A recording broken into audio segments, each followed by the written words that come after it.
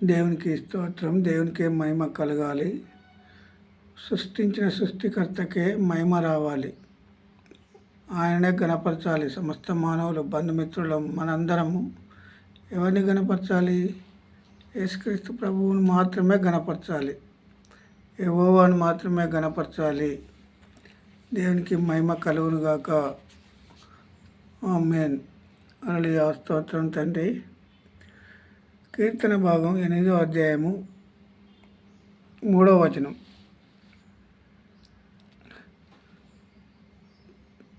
నీ చేతి పని అయిన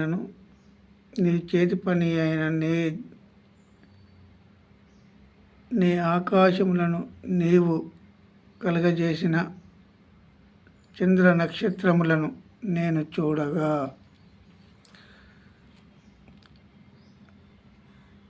నీ చేతి పని అయిన నీ ఆకాశములను నీవు కలుగజేసి చంద్ర నక్షత్రములను నేను చూడగా అని ఇక్కడ దావీదు రాసిన కీర్తన భాగంలో 3వ వచనంలో ఉన్నది. నీవు మనిషిని జ్ఞాపకము చేసుకొనుటకు వాడు ఏపాటి వాడు. నీవు మనిషిని నీవు నరపుత్రుని దర్శించుటకు వాడు ఏపాటి వాడు. అయితే దేవుడు ఇన్ని కలుగజేసిండు కదా, సమస్త మానవులను, బంధుమిత్రులను, ఈ భూమి, ఆకాశం, సృష్టిలో ఉన్న వాటన్నిటిని కలుగజేసిన దేవుడు. సూర్య చంద్ర నక్షత్రాలను కలుగజేసిండు. నీ చేతి పని అయిన ఇప్పుడు నీ ఆకాశములను నీవు కలుగజేసిన చంద్ర నక్షత్రములను నేను చూడగానన్నాడు. ఎవరు చూసిండ్రు? మానవులు చూస్తూనే ఉన్నారు. ఇప్పుడు సృష్టిలో ఇదంతా క్రమం. మానవులు చూసేటి అన్నీ మానవుడు తయారు చేసినవి కాదు. చెట్టును మానవుడు తయారు చేయలే, పుట్టను మానవుడు తయారు చేయలే, జంతువులను మానవుడు తయారు చేయలే. ఎవరు తయారు చేశారు? సృష్టించిన సృష్టికర్త మాత్రమే. ఈ సృష్టిలో ఇన్నిటిని చూస్తున్నాం కదా, ఇన్నిటిని కలుగజేసింది దేవుడే.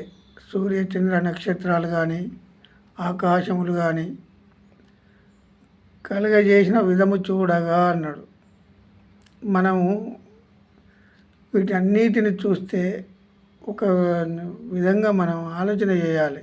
ఎందుకంటే దేవుడు తయారు చేసిన సృష్టిలో మనం ఉన్నాము ఈరోజు. మరి మనలను కూడా తయారు చేశాడు కదా. నేను లేకుండా ఏది కలగలేదు అన్నాడు.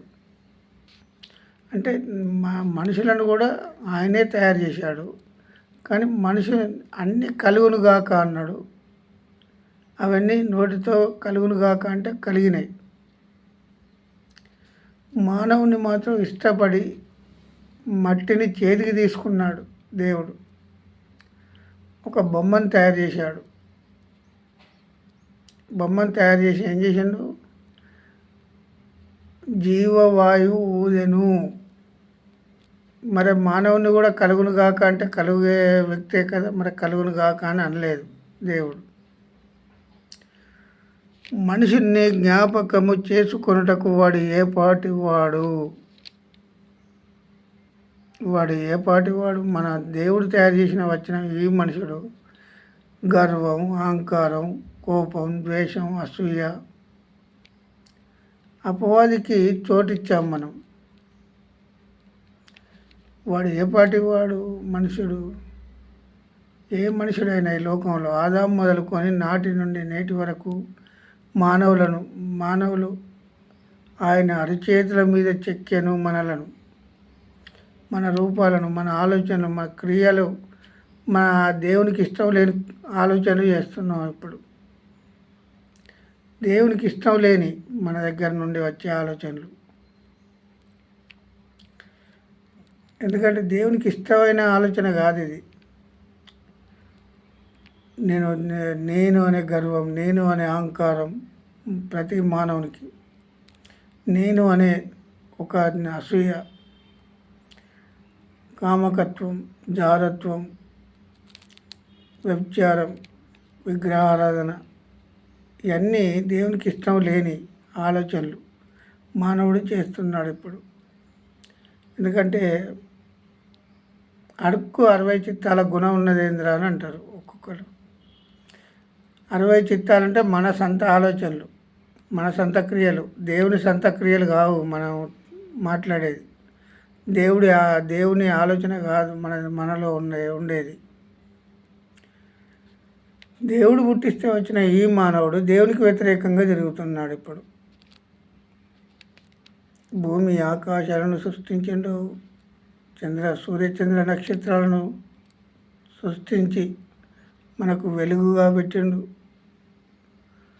పెడితే మానవుడు ఏం చేసిండు? ఇప్పుడు తప్పిపోయిండు దేవుని నుండి, సృష్టించిన సృష్టికర్త నుండి తప్పిపోయి తిరుగుతున్నాడు ఇప్పుడు ఏ మానవులైనా ఇప్పుడు.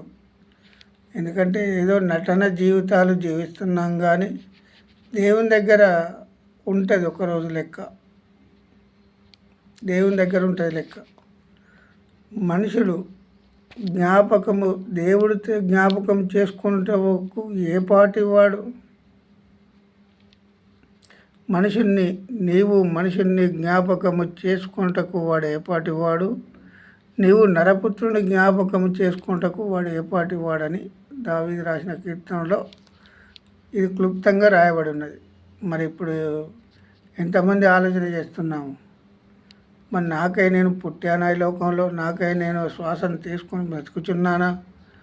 నాకై నేను అవయాలను అమర్చుకున్నానా? నాకై నేను ఈ తలను, ఈ దేహమును నేను నిర్మించుకున్నానా అని ఏ ఒక్కరికైనా ఆలోచన వచ్చిందా ఇప్పటి వరకు? మరి నాకై నేను ఎలా బ్రతుకుతున్నానని?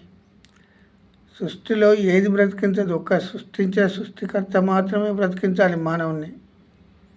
శ్వాసనిచ్చి భూమిని కలగేసి, గాలినిచ్చి, నీరునిచ్చి, వేడినిచ్చి, ఆకాశంనిచ్చి మనల్ని బ్రతికిస్తే మనం ఇప్పుడు ఎలా జరుగుతున్నాము?